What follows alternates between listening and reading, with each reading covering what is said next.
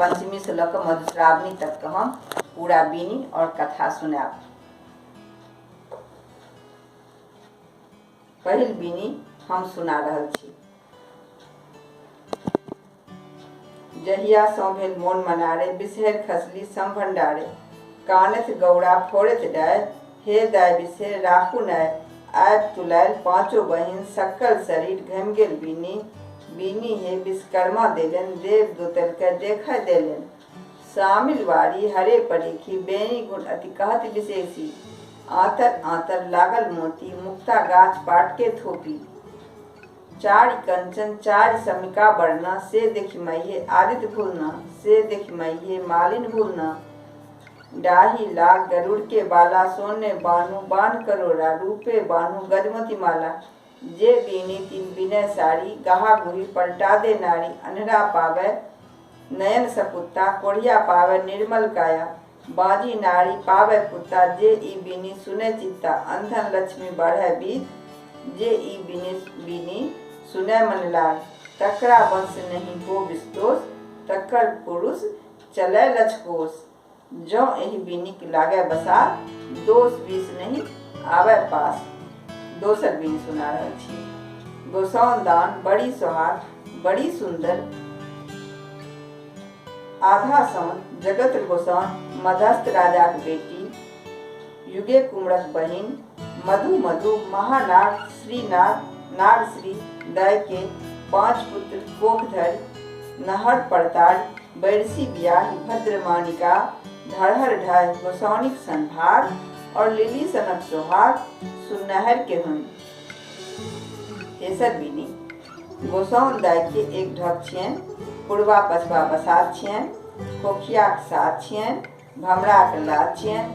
मेघडम्बर सन छाती छियन, मुक्तावली के पाती छियन।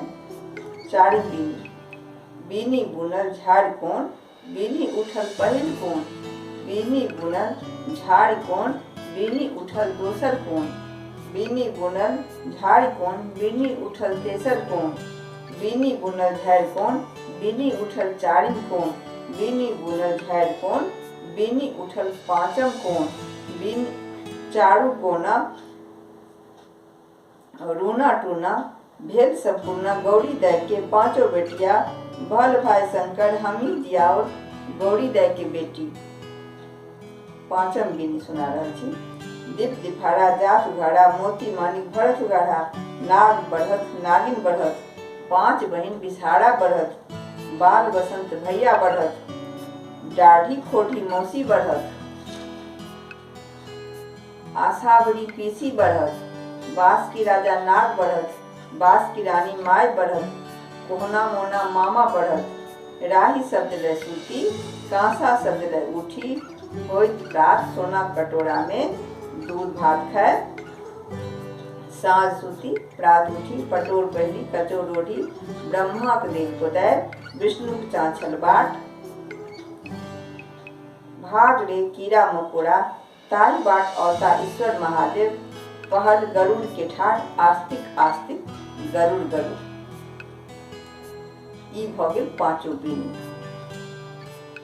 आब हम पहिल दिनक मैना पंचमी कथा सुना रहल छी। एक दिन एक बूढ़ी स्नान हेतु धार गेलखिन। धार में चिकनी पात पर, यानी पुरैनिक पात के चिकनी पात कहै छै। चिकनी पात पर 5 गोट किछु लहलहाइत छल।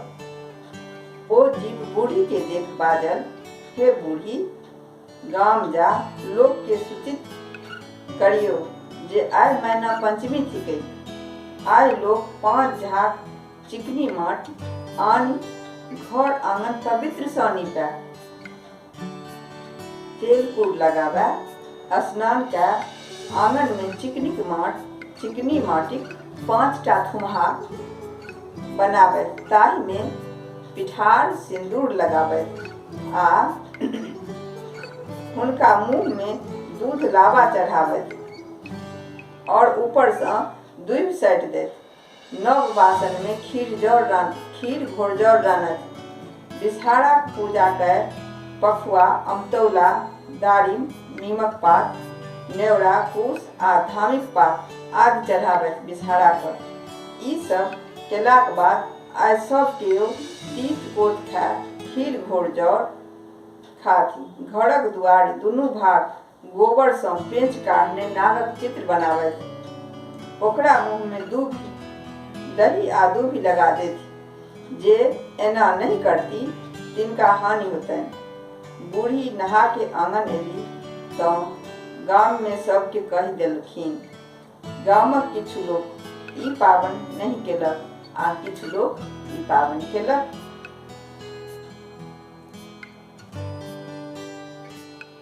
और किछु लोग एकरा फूस फटक कहि के अंठा देलक। जे सब पावन केलक से सब ठीक रहल आ जे सब नहीं केलक से सब राति में मरि गेल। गाम में हाहाकार मच गेल।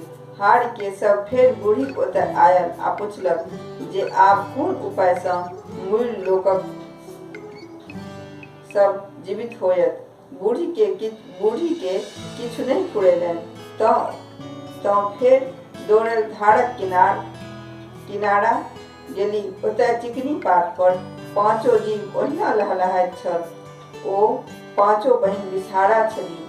बूढ़ी हुनका प्रणाम कय गामक सब वृत्तांत सुना देलखिन जे मुल्हा लोक सब पुनः जेबाक कोन उपाय कयल जाय।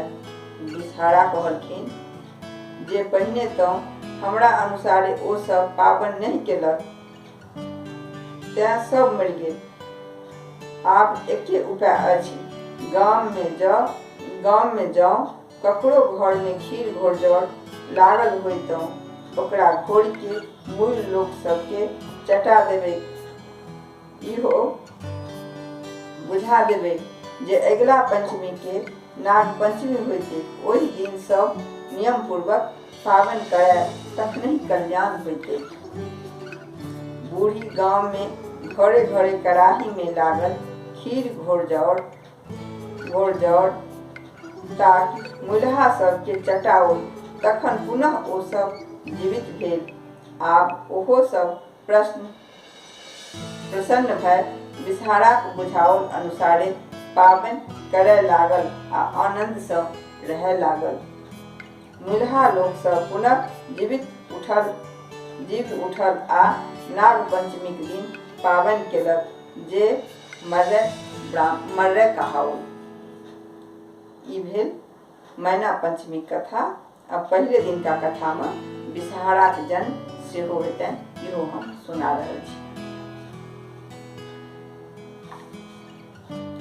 एक दिन महादेव गौरी संग सरोवर में क्रीड़ा करैत छलाह।